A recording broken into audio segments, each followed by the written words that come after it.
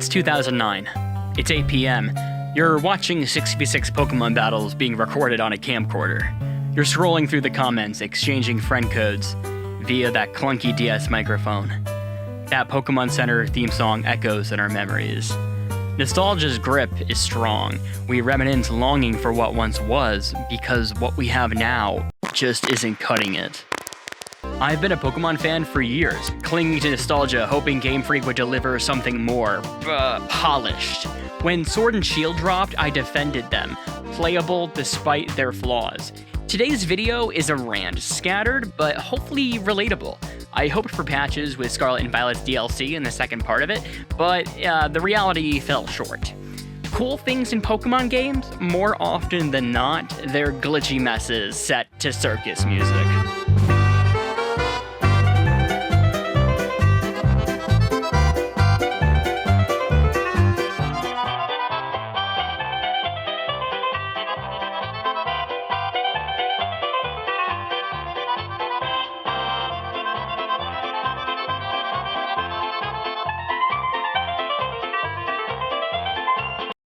Pokemon Scarlet and Violet, the latest mainline games in the Pokemon series. When they were first announced, I was hyped. Open world gameplay, new Pokemon, and the Paldea region looking promising. From the moment I started playing, I encountered a slew of problems, graphical glitches, frame rate drops, and bugs that made me question if I was playing a finished product. I wasn't. And I know I'm not alone in this, but social media has been flooded with clips and screenshots of these issues. So let's talk performance. Scarlet and Violet was supposed to be this big leap forward for Pokemon games, taking full advantage of the Nintendo Switch hardware. But instead, we got a game that felt rushed and unpolished. The frame rate dips below 30. It's awful. Textures pop in and out, and the game struggles to keep up with the action on screen. Now, let's address the elephant in the room, the ending of Scarlet and Violet, the final battle with Nemona. The champion-ranked trainer is nothing short of brutal. Forget our Ace tournament team. This is the post-Pokédex completion. You have to have all the gym leaders beaten, you have to do all their rebattles, you have to collect every sandwich in the game, you have to do the entire Ace tournament, and after you get the chance to battle Nemona. So Nemona's team includes all 3 new starters, which all have their hidden abilities, by the way. So you have Flower Trick for the critical hits, Aqua Step for the speed. Oh, by the way, Aqua Step increases speed, and when he gets a kill, that's Moxie going up 1 in your attack stat. Choice Scarf Torch Song. And that's just the beginning. She switches seamlessly into defensive types to counter your moves. Like, for example, she has a Garchomp that can tear it into a Steel type and punish Fairy types with Iron Head. But it doesn't end there. The real troublemakers on her team is Rage Fist Annihilate and Revival Blessing Palmont. By the way, the Palmont is sashed, meaning it can't be killed in one hit. Rage Fist Annihilate deals massive damage. Now I'm talking 300 base power. And this, the kicker, is Rage Fist doesn't reset after you faint, making its return more devastating. The super boss of this game was first discovered by the YouTuber who inspired me to make this video, Imported Cheese, whose reaction was something to behold, and it's a battle that exemplifies the extreme difficulty spikes of this game, particularly at this battle. Great timing. I've been having the hardest time lining up opponents to battle. But now I found you, in the schoolyard no less. It'd be silly not to battle. What do you say? Well, good news for you, Nemona, because that's what I'm here to do. Sure! Emphatic yes. I knew I could count on you. Alright, let's go. I also really like her theme, so I'm glad to hear it. You spent 2 whole battles. You spent 2 whole hours battling Pokemon with Nemona. You have the most bloodthirsty, and also like normal thirsty, rival in the entire game, who spent the entire post-game talking about how much she wants to fight you. Then in her own personal story, instead of fighting her, there's a text box. What? It's really ironic that they replace the post-game rival battle with text, because I have no words. If you were disappointed that I've been blatantly lying to you this whole time, welcome to being a Pokemon fan. I was so excited for Gen 4 to be remade, but when I first saw the reveal trailer, I was very disappointed. Even post-release trailer, they did make the game look a little bit prettier, but in reality, it's just a blatant ripoff of Diamond and Pearl. The trainers are the same, the routes are the same, and the encounter tables are the same. But what irritates me the most out of anything, everything could have been the same, right? But there's one thing that they messed up on, and that's changing the Pokénav to what it was in Diamond and Pearl. Now that, in theory, that doesn't sound like a big problem, right? Pokemon Platinum introduced what's called a back button, and they removed it. To top all this off, the game was extremely easy until you got to the Elite Four, and all the Pokemon are EV trained with max IVs, and this time I'm not lying to you. It's a difficulty spike. When we asked for a curve, it was not necessary. I enjoyed, the Elite Four in the champion battle. I thought that was, it was tough, but I would like there to be a curve, so for the first, 25 to 20 hours I'm playing Brilliant Diamond and Shining Pearl, I wish that the last part could have been spread out a little bit more in the mid-game. I might just be nitpicking things, sure, but, following Pokemon Return, they sure do. The real issue I have is with this dumpster fire. I'll be tackling some issues with Sword and Shield, but I'll mainly be focusing on Scarlet and Violet. But in order to talk about Scarlet and Violet, we need to discuss Sword and Shield. There is one important change from the previous Pokemon Bank service that I want to tell all of its users about. So in previous games that worked with the Pokemon Bank service, you were able to, for example, in Sun and Moon, bring over any Pokemon even if they weren't in the Alola Pokedex. But with the transition to the Nintendo Switch hardware, with its, it being much more powerful, allowing us to be much more expressive with each of the individual Pokemon. And now we're well over 800 Pokemon species in the games. And at Game Freak, we really spent a lot of time thinking about what the best way to move forward was, really preserving the quality of all the different Pokemon, while also, taking into account the battle balance, having so many different Pokemon available, all within, a limited development time, so we don't keep fans waiting too long for every new entry in the series. And after a lot of discussion, we decided to come to kind of a new direction. What that means for Pokemon Sword and Shield is that players will be able to transfer their Pokemon from Pokemon Home only if they appear in the Galar region Pokedex.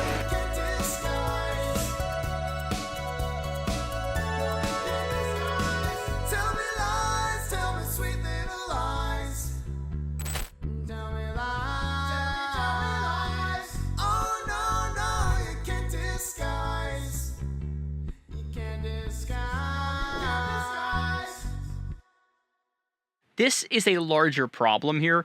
The real issue is this recycled content being masked as innovation. Speaking of recycled content, let's talk about Dexit. Where were the promised high-quality animations and overworld interactions? Shigeru Omori remarked, "We really did want to make these cutscenes quite a focus from the start and make them more elaborate than usual. One thing that inspired us is the fact that we wanted to push the new hardware as far as we possibly could. These kinds of scenes really allow us to show that off." So, yeah, the execution often left fans wanting more, right? With cutscenes that actually compare to games like Breath of the Wild, Tears of the Kingdom, any game from 2021, maybe. Games that don't look like they were made on the N64. So Sword and Shield really had some cool looking Pokemon, right? But like I said in the beginning, one step forward, and what do we lose in return? No National Dex, no following Pokemon DLC kinda counts, but it's only for one area in the game. Riding Pokemon Dex, Nats, Contest, Safari Zone, Battle Frontier, Pokemon World Tournaments, Roaming Legendaries, DLC does not count. Easy Hard Mode, Mega Evolution, Z-Move, Secret Bases, The Underground, Friend Safari, Pokestar Studios, Pokemon Swarms, Pokeradar, Horde Battle, Seasons, Versus Seeker, Second Regions, Pokeathlon, Game Corner, and Mythical Pokemon events. One step for Pokemon, two steps back for mankind. Game Freak did all of this to provide us with the best product available. So how was this product? Bland. It looked like a 3DS game that got upscaled using Citra. Don't get the fandom started on Dexit. Many Pokemon would not be available in Sword and Shield. At this time when we heard this information, we didn't know that DLC was coming, because that was never a thing for Game Freak. So Game Freak was basically saying, we got 400 out of the 800 Pokemon. That's 50% cut. So when that information was released, we were like, how would I, a regular human, transfer my precious Furfrou from Pokemon Bank, a product I pay for, to the Switch, a product I pay for? Well, looky here. I think my luck is beginning to change now. Odd agreed lets me draw 2 cards. Pokemon Home. For the simple cost of more money, you can free your Pokemon forever stuck in your DS games. You wouldn't want to abandon your Pikachu, would you? Just like you did to your Nintendogs when you were a child? While you're at it, buy both versions of the game so you can catch them all. Oh, I'm sorry, I meant catch most of them. It's important to remember that Pokemon is the highest grossing media franchise of all time. It has more money than developers of Baldur's Gate 3, GTA 5, Gubble. Alright, we're about caught up here, skipping Legends Arceus, whatever, but Pokemon's newest generation debuted with the releases of Scarlet and Violet. Hello, Junichi Masuda here.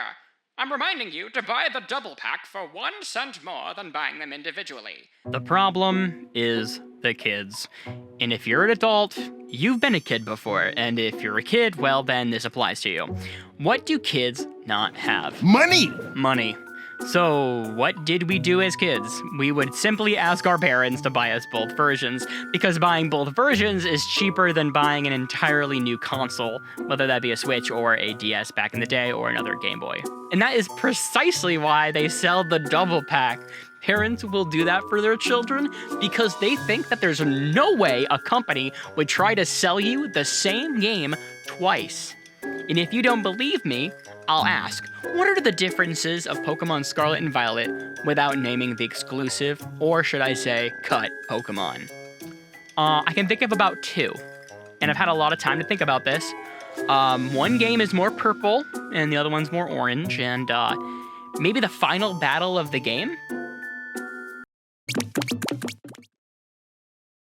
Next up, an update on the Pokemon Scarlet and Pokemon Violet games.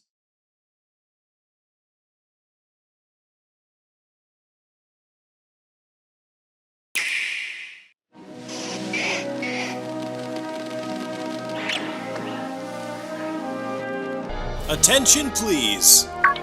Today we begin the treasure hunt. Travel across Paldea. Get to know the region.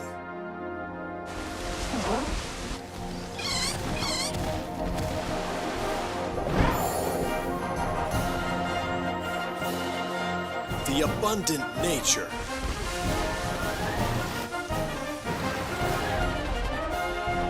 The rich culture.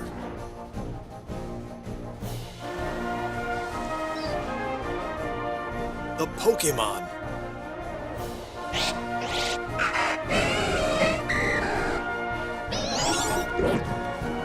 And the people.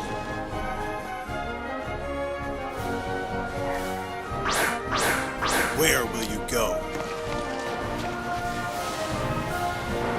Who will you meet? What will you achieve? Let the treasure hunt begin!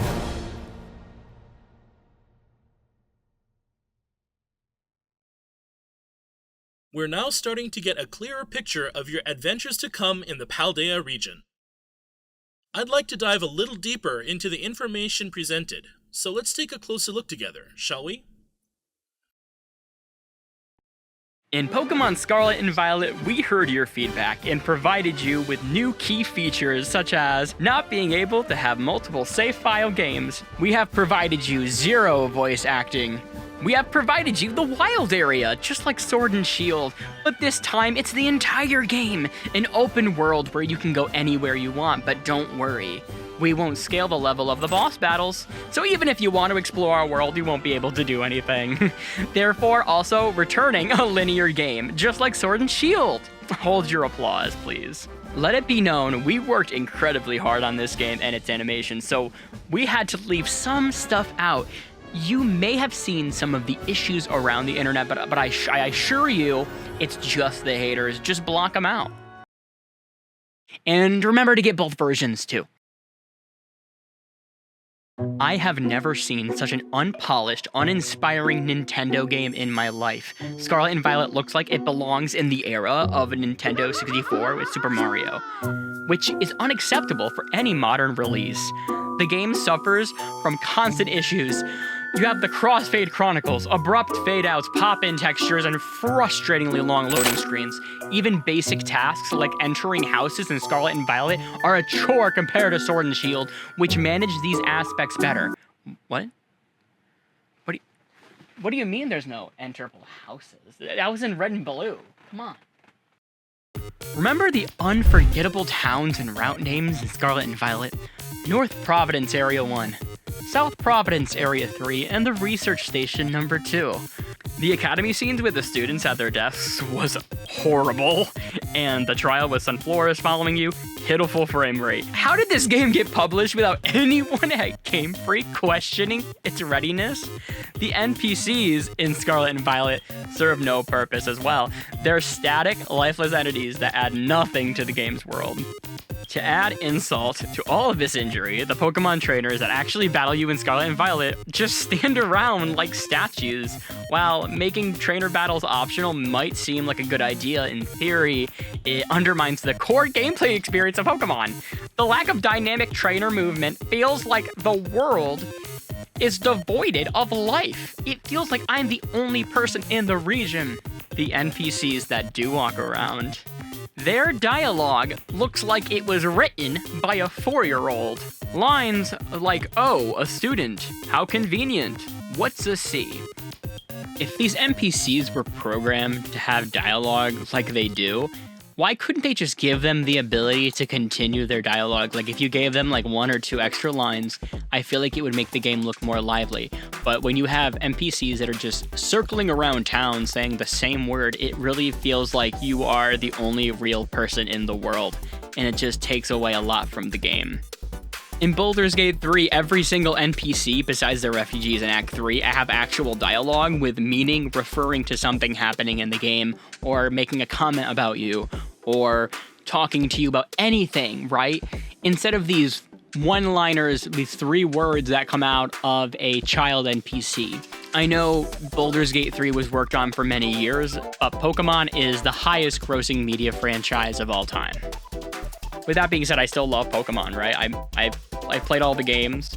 I've fallen into the pits of Game Freak's plan. No matter the quality of Pokemon games, we still play them. And the worst part about all of it is I think I'm gonna continue to do that. It's like a lot of Pokemon fans that grow up with these games, right? I mean, this is the most toxic relationship that has the smallest chance to let go of because of these games that have come before it. Pokemon Heart Gold and Soul Silver, Black and White 2, Emerald, Platinum. Because of these memorable experiences, we sit here continuing to wait for something to change because we know it's possible. We know there's always a chance the Battle Frontier can come back, but it never does. And I don't think it ever will.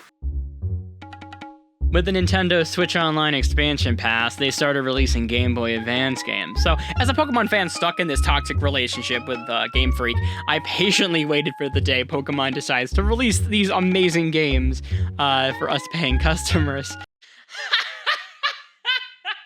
You think they do that? I hope I'm wrong. Worst case scenario here, they'll resell the games in a bundle like Mario All-Stars. As a fan of the NFL, EA does this exact same thing with Madden. The connection between this is that they're both monopolies. EA is the only company with the rights to the NFL material. For Pokemon, Pokemon's Pokemon. Nothing can compete with them. There's no way a no-name developer can just barge in. Released early in 2024, Pal World came barging into the scene, taking over YouTube and gaming communities by storm. You like Pokemon? Minecraft? Cookie Clicker? Pal World is for you. Pokemon with guns, they said. I think in reality, it was a new Pokemon game for most of us, but it actually had a pulse. It was made by people who had a reason to develop the game. The designs of the pals are, sus. They implemented things into the game that Pokemon would never do. If anything was gonna wake up Pokemon, it was gonna be Power World. Nothing else is gonna do it. Anyway, Madden, at least Pokemon haven't gotten to the point yet where we have to deal, with like microtransactions. Pokemon Go! I really enjoy Pokemon Go, actually. Besides the fact that you can't realistically complete the Pokedex without hacking. You have to spend real currency to play the game actively, mostly. Honestly, though, I don't mind any of the microtransactions from Pokemon Go. I really don't. There's something I do blame Pokemon Go for, and that's raid battles. Raid battles in Pokemon Go have been transferred to Scarlet and Violet, and I hate it. It's a real-time battle minigame that lags the entire time. Oh, by the way, I lost the raid. Oh, I couldn't tell. You're out of the party? Oh, I'm still terrestrializing my Pokemon. The game goes so slow. Why? What's even worse is the time it takes to get into a raid. If I want to join one of these raids, it takes about a millennia for the game to understand what you're trying to do, and by the time that happens, it's way too late, and the game's full. Since it took that long to try to join one in the first place, all the other ones on screen are now full, and you have to wait until Christmas Eve for the page to refresh with new empty raids to join. In the beginning of this video, I mentioned how I would, as a younger child, would go online and play Pokemon, like using the microphone on the DS. That was a really important time for me and probably for a lot of people like me. As a younger kid, those memories will always be with you.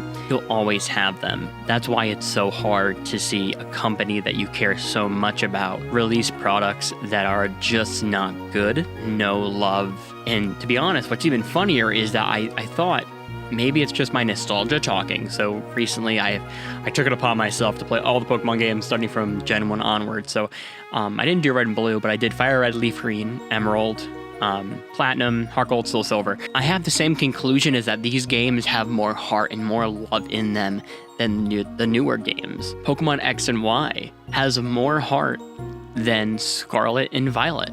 I hate to say that. Sun and Moon has more heart than Scarlet and Violet.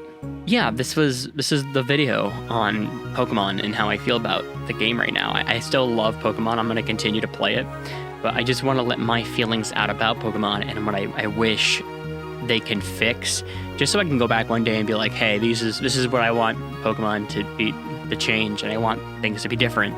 Will they be different? Who knows?